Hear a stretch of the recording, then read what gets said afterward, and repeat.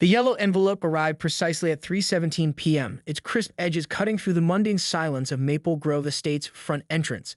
Margaret Holloway, known to everyone as the neighborhood's supreme arbiter of rules, didn't just mail warnings. She crafted strategic communications designed to strike fear into the hearts of unsuspecting homeowners. Her latest target, Richard Thompson's snow removal service. The violation notice glared with bold red letters. Unauthorized snow removal equipment prohibited. Underneath, a meticulously detailed list of infractions outlined why Richard's industrial snowplow would no longer be tolerated within the pristine boundaries of their suburban kingdom. Richard read the letter 3 times, his calloused fingers tracing the official HOA letterhead. He'd been plowing these streets for 17 winters, knowing every curve, every hidden hydrant, every treacherous patch of black ice. His grandfather's plow, a beast of rusted metal and unwavering reliability, had served this community longer than Margaret Holloway had been alive. But Margaret wasn't just any HOA board member. She was a force of bureaucratic nature, a woman who could transform a simple neighborhood regulation into a personal crusade faster than most people could brew their morning coffee. Her silver bob and designer reading glasses gave her the appearance of a refined executive, but those who knew her understood the razor-sharp precision of her administrative warfare. The snowplow ban wasn't just about equipment. It was about control. Noise complaints, the letter proclaimed, potential property damage, unauthorized commercial activity. Each accusation was calculated, each phrase weaponized to maximum effect. Richard chuckled grimly. He knew what this was really about. Last summer's landscaping dispute, when he challenged the HOA's ridiculous rules about lawn height and ornamental garden restrictions, hadn't been forgotten. Margaret never forgave, and she never forgot. Outside his window, dark clouds gathered. The meteorologists had been warning about a massive winter storm approaching, a kind that would dump feet of snow and paralyze smaller communities. Richard had seen these before. His plow wasn't just equipment. It was a lifeline for elderly residents, for families with young children, for anyone who needed to navigate treacherous winter conditions. But now, he was officially banned.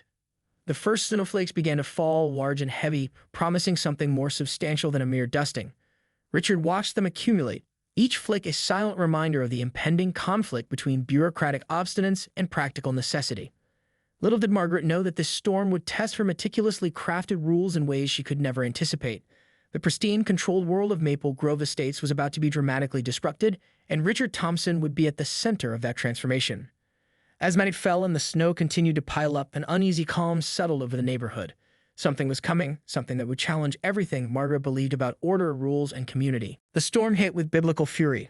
By midnight, Maple Grove Estates resembled a war zone of white, 18 inches of snow-smothering mailboxes, burying cars, transforming the carefully manicured neighborhood into an unrecognizable landscape of pure white chaos. Margaret Holloway stood at her bay window, watching the nightmare unfold.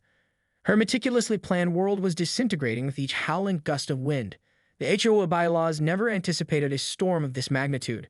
Her phone had been ringing nonstop, elderly residents trapped, emergency services struggling, and not a single authorized snow removal service in sight.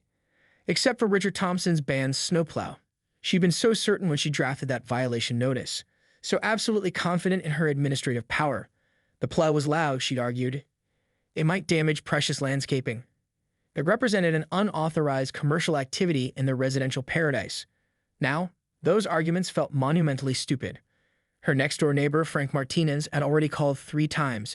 His wife, Elena, used a wheelchair. Their medical supply delivery was impossible. The county plows wouldn't reach their street for days if the forecast was to be believed. Margaret's perfectly manicured fingers hovered over her phone. Calling Richard would mean admitting defeat, acknowledging that her bureaucratic crusade had potentially endangered her own community. Pride is a powerful enemy of survival. Across town, Richard was monitoring the emergency channels. He knew every inch of these streets. He understood the risks. Elderly couples, families with young children, people with medical needs, they were all vulnerable right now. The storm wasn't just weather. It was a test of community. At 3:47 a.m., the first emergency request came through the neighborhood's private communication channel. An ambulance couldn't reach the Petersons, whose diabetic father needed urgent insulin. The county's emergency services were overwhelmed, stretched impossibly thin across multiple districts. Richard looked at his banned snowplow. Then he looked at his phone, where Margaret's inevitable message would soon appear.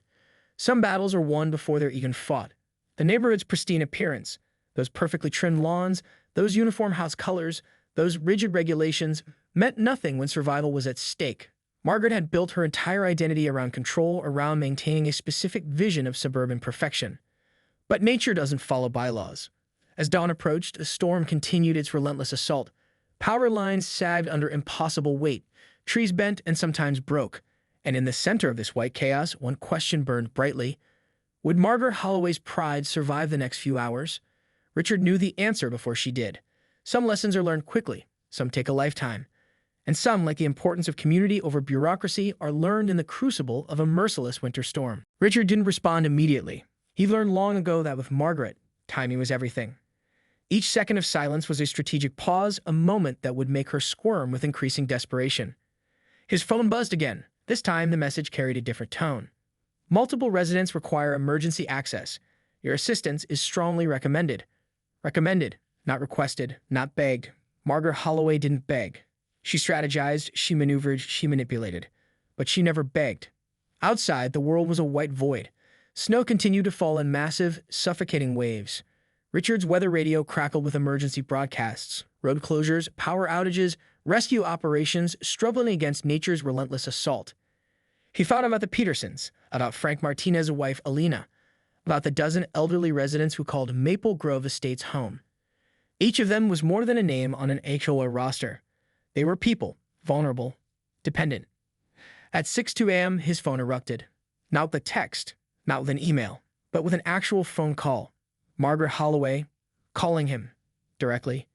"Mr. Thompson," she began, her voice a tight coil of restrained panic. "The board requires your immediate assistance." Richard allowed precisely 7 seconds of silence before responding. "Which board? The same one that sent me a violation notice banning my snow removal service?" Checkmate. He could almost hear her teeth grinding, the calculation happening behind her carefully controlled tone. Pride versus survival, bureaucracy versus human necessity. "We may have been hasty in our previous communication," Margaret said, each word measured and precise. "The current emergency requires flexible interpretation of our existing guidelines." Flexible interpretation. HOA code for "we were wrong, but will never actually admit it." Richard knew the neighborhood. He knew every hidden curve, every potential trouble spot. His grandfather had plowed these streets decades ago, and Richard had continued that legacy. This wasn't just a job. It was a commitment to community. "I'll need full access," he said. "No restrictions. No limitations." A moment of absolute silence followed. Richard could imagine Margaret's internal struggle, the bureaucrat versus the human being. The rulemaker versus the problem solver. "Agree," she finally said. The storm had done what years of argument, negotiation, and conflict could not. It had stripped away Margaret's bureaucratic armor, revealing something fundamentally human underneath. As Richard fired up his band's Snowplow, he understood something profound. True community isn't about perfect rules. It's about imperfect people helping each other when it matters most. The first pass down Maple Grove Estates Main Street would be a declaration of something more powerful than any HOA bylaw, a reminder that humanity always trumps bureaucracy. And Margaret Holloway was about to learn that lesson one snowflake at a time. Alina Martinez's medical supply delivery van had been stuck 3 blocks from her home. Richard's Snowplow carved through the white wilderness like a hot knife through butter, creating a path where moments before there had been only impossible white darkness. Frank Martinez watched from his front window, his hand pressed against the glass. His wife needed those medical supplies. The county hadn't even attempted to clear their street. Richard Thompson, the man Margaret had tried to ban, was now their lifeline. Word spread quickly in Maple Grove Estates, not through official channels, but through the most powerful communication network known to suburban communities: text messages, neighborhood group chats, and whispered phone calls. Margaret Holloway monitored everything. She sat in her home office surrounded by meticulously organized binders of HOA regulations, watching the real-time updates on the neighborhood's emergency chat group. Each message about Richard's snow removal efforts was like a tiny dagger to her carefully constructed world of rules and regulations. "Thompson just cleared Oakwood Lane. He's helping Mrs. Peterson get her emergency medication. Snowplow just rescued the Wilson twins from being completely snowed in." Each message was a testament to something Margaret had failed to understand. Community isn't about perfect rules. It's about people helping people. By mid-morning, Richard had become more than just a snow removal service. He was a lifeline. The county plows were still struggling, stuck in drifts and overwhelmed by the storm's intensity. But Richard moved through the neighborhood like a winter ghost, clearing paths, rescuing stranded residents, creating order from chaos. The irony wasn't lost on him. Just weeks ago, Margaret had sent a meticulously crafted violation notice. Certified mail, bold red letters, specific infractions, Unauthorized commercial snow removal equipment, the letterhead proclaimed. Now, that same unauthorized equipment was saving lives. At the Peterson residence, Mr. Peterson, a retired heart surgeon in his late 70s, watched Richard clear a path to their front door. The medication delivery driver had been minutes away from turning back when Richard's plow appeared like a winter miracle. Some rules are meant to be broken, Mr. Peterson muttered, watching the snow part like a white sea. Margaret's phone continued to buzz. Incoming messages, requests for updates, gratitude from residents she'd spent years controlling through bylaws and strict interpretations of neighborhood guidelines. But something was changing. With each path Richard cleared, with each resident he helped, the carefully constructed walls of Maple Grove Estate's bureaucratic fortress were crumbling. Margaret was watching her entire system of control disintegrate one snowflake at a time. The storm wasn't just moving snow. It was moving something far more fundamental, the very concept of community leadership. And Margaret Holloway was about to discover that true leadership isn't about enforcing rules. It's about knowing when to break them. Normally, these gatherings happen in the pristine community center, with everyone seated in perfect rows, Margaret Holloway presiding from her meticulously placed podium. Today, it happened via an emergency Zoom call, with residents joining from snow-covered living rooms, bedrooms, and makeshift workspaces. Richard Thompson's face appeared on the screen, not as a supplicant, but as a central figure. The man who had been vilified weeks ago was now the neighborhood's unexpected hero. "We need to discuss the snow removal situation," Margaret began, her silver bob perfectly coiffed despite the chaos outside. But something was different. The edge was gone from her voice. The absolute certainty that had defined her leadership was crumbling like wet snow. Alita Martinez, usually quiet during these meetings, was the first to speak. "Mr. Thompson saved my medical supply delivery. Without him, I would have been stuck without critical medications." Frank Martinez followed. "Our street was impassable." Richard cleared a path for emergency services. One by one, residents shared stories. The county plows were nowhere to be seen. Emergency services were overwhelmed. But Richard Thompson, the man Margaret had tried to ban, had been everywhere. The subtext was clear. Margaret had failed, spectacularly.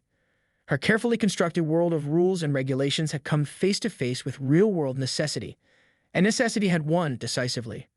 "The board will need to review our snow removal policies," Margaret said, the words sounding like they were being pulled from her with industrial-strength pliers. Each syllable was a surrender. Richard said nothing. He didn't need to. The evidence was all around them, in the chat messages, in the emergency broadcasts, in the very survival of Maple Grove Estates. The meeting continued, but the power dynamics had shifted. Margaret was no longer the unquestioned ruler of this suburban kingdom. She was now accountable, vulnerable, human. Outside, the snow continued to fall. But something else was melting, the rigid bureaucracy that had defined Maple Grove Estates for so long. As the Zoom call wound down, Richard noticed something in Margaret's eyes. Not defeat, not even resignation.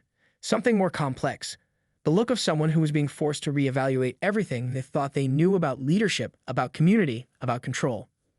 The storm had done more than clear streets. It had cleared perspectives. Mr. Peterson, the retired heart surgeon, had been quietly observing. As the call ended, he sent a private message to Richard.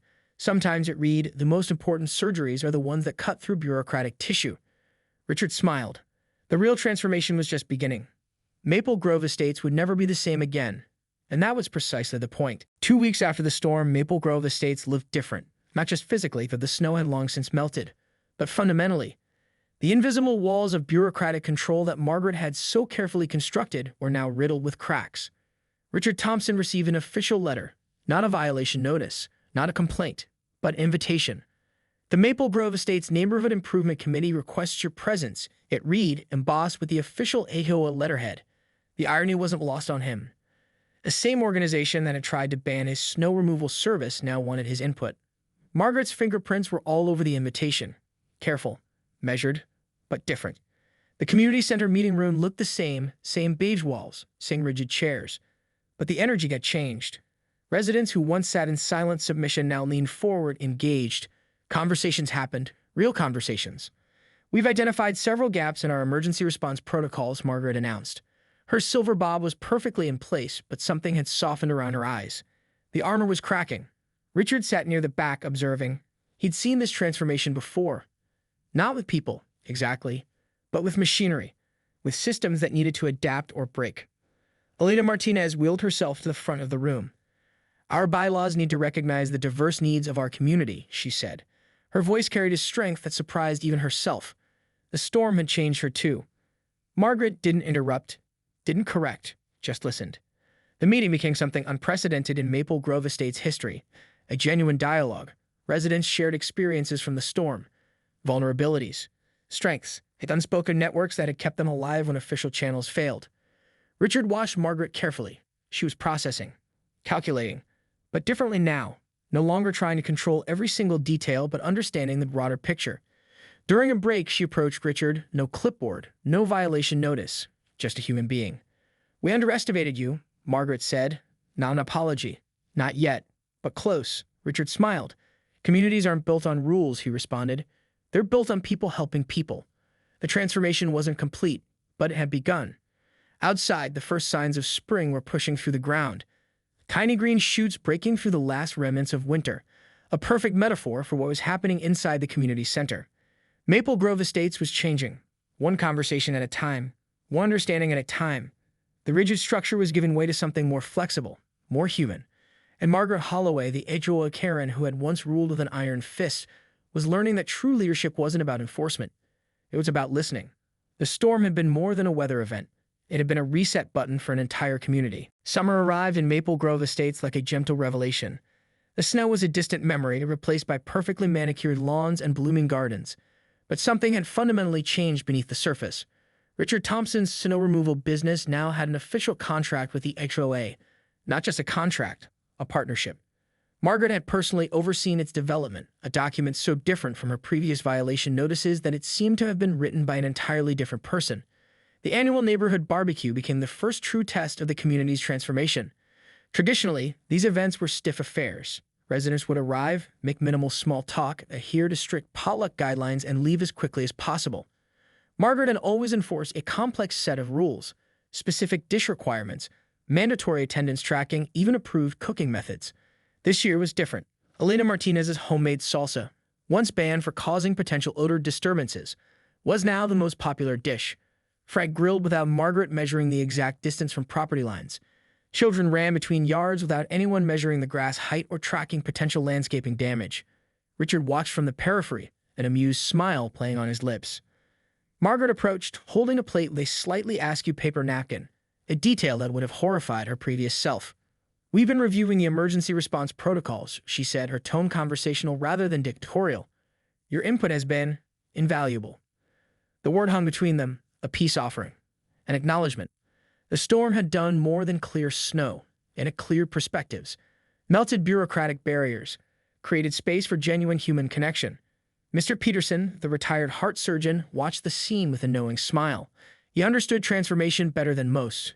Surgical precision wasn't just about cutting. It was about healing, about understanding the broader system. As the sun began to set, casting long shadows across the perfectly maintained streets of Maple Grove Estates, something magical happened. Residents weren't just neighbors anymore. They were a community. Richard noticed the subtle changes. The way Elena now led discussions about neighborhood improvements, how Frank no longer looked nervous when speaking to Margaret, the way children played freely, their parents more relaxed, more connected. A single snowplow had done this. A moment of crisis had revealed the true heart of a neighborhood. Margaret caught Richard looking at her. For the first time, her smile wasn't calculated. It was genuine. "Who would have thought," she said, "that a snowstorm could change everything?" Richard's laugh was soft, understanding. Sometimes, the most profound changes come from the most unexpected moments. From breaking rules, from seeing beyond the boundaries we create for ourselves. Maple Grove Estates would never be the same, and that was exactly the point.